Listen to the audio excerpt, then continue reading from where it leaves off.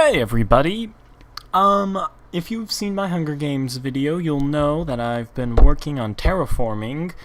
I'm still working on terraforming. You can see my level bar has gone ridiculously high. And, yeah, pretty much done with that. But I was down here collecting levels to do some enchanting later. And, this isn't Mine Base Alpha where the zombie farm is, and so I decided to go into the mining facility a little bit, just kind of check what was up, and I found a chest with watermelon seeds. That means we're going to be able to build that watermelon farm I had wanted to earlier, which is fabulous. Now I'm going to get out of here and go back to leveling up my gear. And I will see you guys in like 5 seconds for you, probably a day or two for me, at which point I will have finished terraforming, and I'll do some enchants with you guys, because people seem to like watching people enchant stuff. I'm thinking about making some diamond armor and enchanting that goodness. So I will see you guys. Oh, spider spawner. I'll see you guys in a second. Hello, guys, and welcome back to my survival world. Now, the first order of business today, if you look at my level bar down there, oh, my voice, it just keeps trying to attack me with different accents. If you look at my level bar down there, I have spent a lot of time just chilling at my zombie farm, collecting XP. And so basically, what's going to happen is I'm going to enchant a full set of diamond armor. So I'm going to start with a level 30 chest plate. Protection 3, okay. Diamond boots. Protection 4. Right. Diamond leggings. Blast protection, I guess. Helmet. Projectile projection. Wow. So I guess that's okay. I guess I can live with that. Protection from skeletons, protection from creepers, and just general protection. No fall damage reduction, nothing like that. But, you know, I guess that's fine. Being mad at your Minecraft enchantments. First world problems. Okay. Now, what you can see, I have terraformed a frickin' massive area. And now, you understand why it's been so long since I've put up an episode. Because I've spent so frickin' long terraforming frickin' goose cakes frickin'. So, the first order of business today, just gonna keep tapping my desk here, annoy you with that noise. My first order of business today is to build a bank. And you might be wondering why a single player world will need a bank. Well, basically I want to use it as my storage facility. I really don't like the tower. I just really don't. I kind of just want to demolish it. And so I'm just going to create different rooms for all of the things I want. So I'm going to start by building a freaking massive bank, which will be the crowning jewel of my city. And this bank will just have chests out the wazoo. And I've been playing with pillars, trying to get the right proportionality. And I almost feel like these pillars are going to create something too big, and you're going to end up with too small of an entrance. So if you step back, you'll have like these massive pillars that are kind of overpowering the building. Let's see here, because the building could come out to about here. I don't want these pillars to overpower it.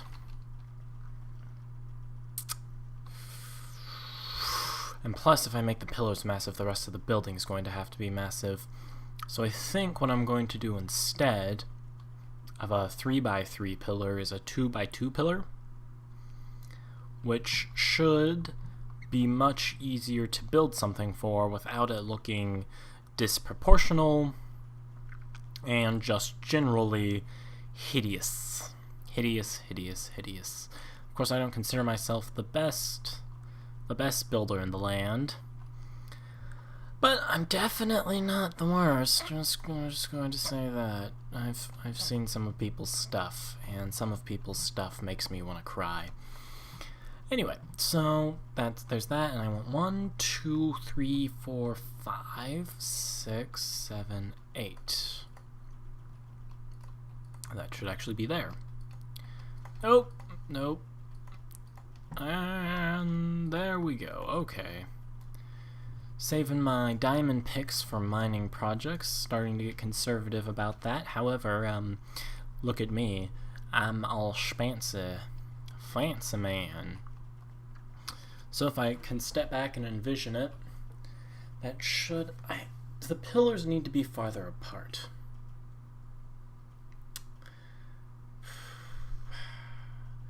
I feel like if I want to do smaller pillars instead of bigger pillars, there needs to be more. What to do? Let me think on this for a second. Alright, I'm back, and I have completely changed my vision for what I want this place to look like, which tends to happen as you're building off the cuff.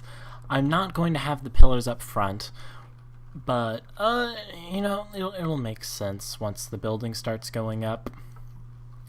So, the first thing I want to do is create 1, 2, 3, 4, 5, 6, 7, 8.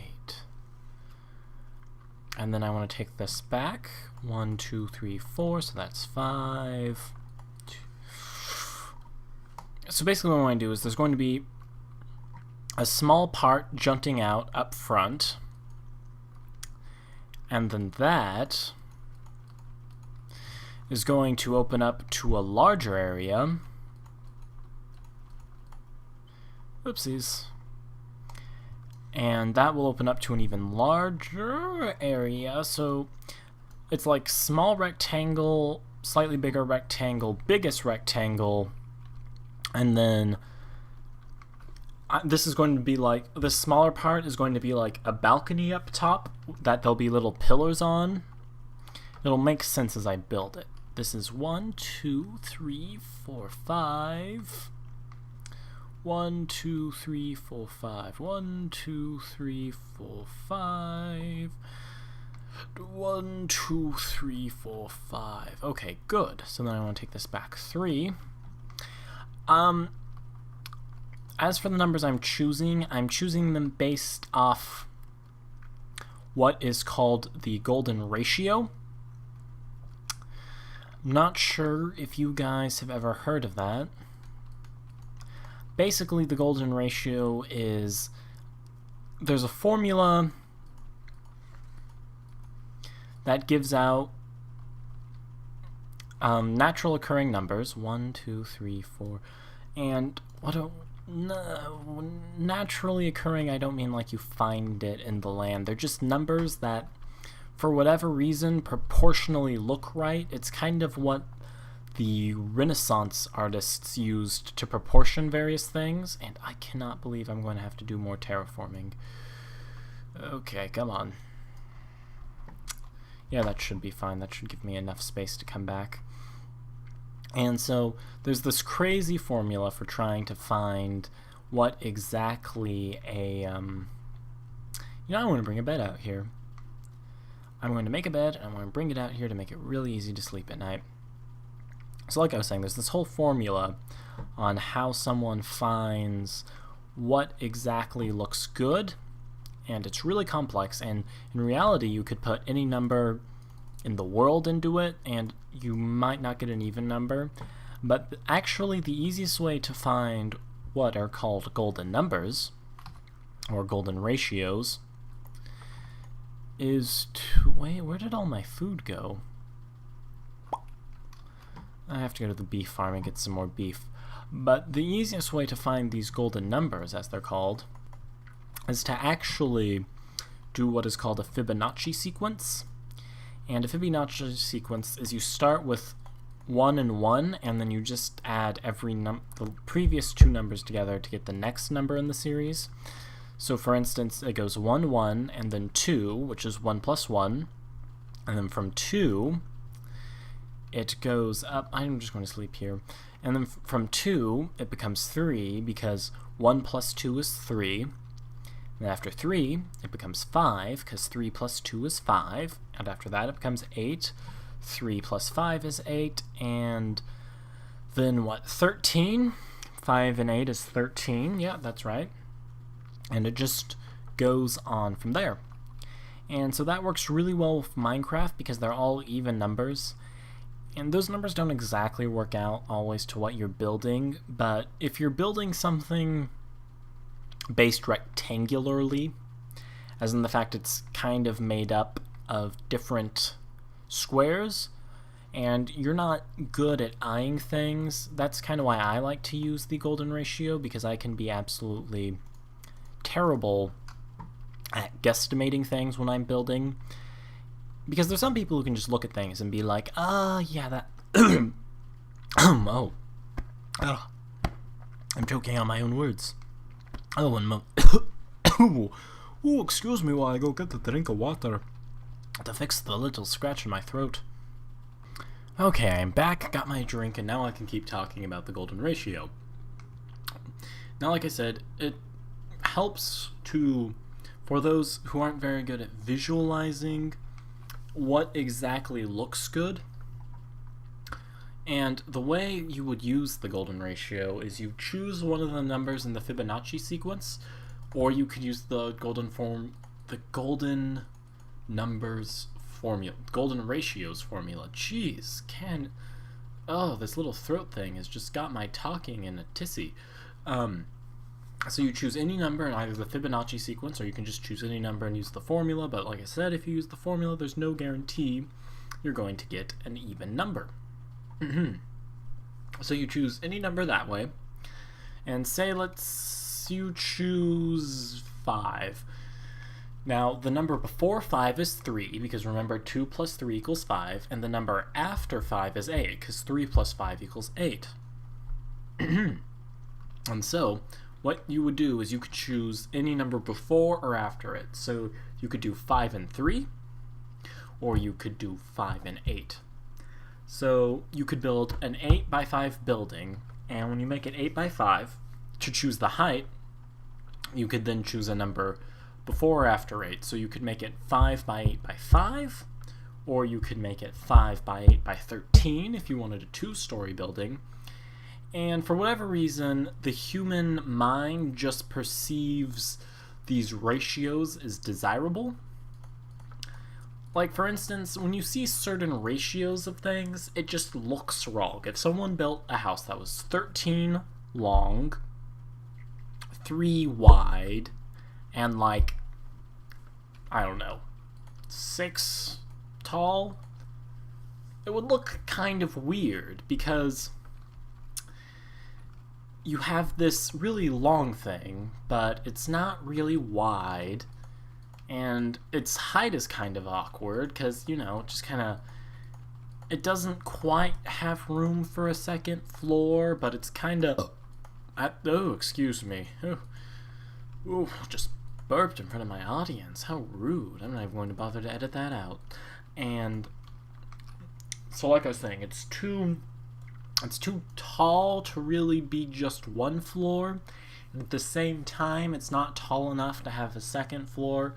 So when you're just kind of building off the cuff and you're not very experienced, you can end up with really odd things like that. Now, like I've said before, creative is actually kind of my homestead. It's probably where I've spent most of my Minecraft career. But the issue is I've kind of gone back to the survival thing lately. Like, I remember when I was doing creative with InvEdit. I was using InvEdit to get my creative items. It's been a long freaking time. But, like I was saying, I've switched over to a lot more survival stuff lately. Just because I've been enjoying Redstone and stuff so much. Like, originally with Redstone, I was one of those people that would build like outrageous redstone things, like these ridiculous combination locks that no one in actuality would ever be able to rebuild. And then I realized that it's not really the best thing. It's cool, but it's cool for about 10 seconds. And then I kind of started getting into what I call practical redstone, which are, of course, the things that someone can use in actual Minecraft for actual reasons, such as the wheat farms and stuff. So I've changed over from the super complex things to the, well, reasonable things. Like, the things I build now, I admit, aren't the prettiest looking redstone-wise. I mean, I could spiff them up a lot. But the reason I don't spiff them up is because the nicer redstone things are, the more complicated they are. And I want to leave my redstone things simple because I want anyone who wants to be able to recreate that redstone thing to be able to do so. So anyone who's good with redstone can go, oh, well, I can just, put this piston here and then attach a JK flip-flop over there, and we're good. It works a little better now. But for those who aren't good at redstone, they can look at my videos and be like, oh, I can build that. That's not terrifying, and it doesn't look like... Because honestly, there are some channels that don't really consider the actual relevant level of redstone knowledge sometimes when they're making tutorials. And a lot of people will actually just build all the redstone things they show off on their channel in creative mode, which is fine. I do that too, but the issue is if you're not out there playing survival, you're going to build these really elaborate fancy things that no one's actually going to be able to build in survival. It's going to be too difficult, too complex, too many resources. For some reason, your thing had to have like 64 diamond blocks. That's the only way your machine will function, and that's a problem. That's a problem. So I got into the practical redstone because I just saw there was a real need for people who actually played survival to be putting out redstone machines. And there are a couple of great guys out there, like Exumavoid. He does some really good practical redstone type things, or at least he used to. He hasn't done tutorials in a really long time. But yeah, I don't even know how I got on that rant. But I did, and that happened. Anyway, I've been building and talking at you guys for quite some time. I think I'm going to finish putting in this floor and stuff, and I will catch you in the next episodes. Toodles!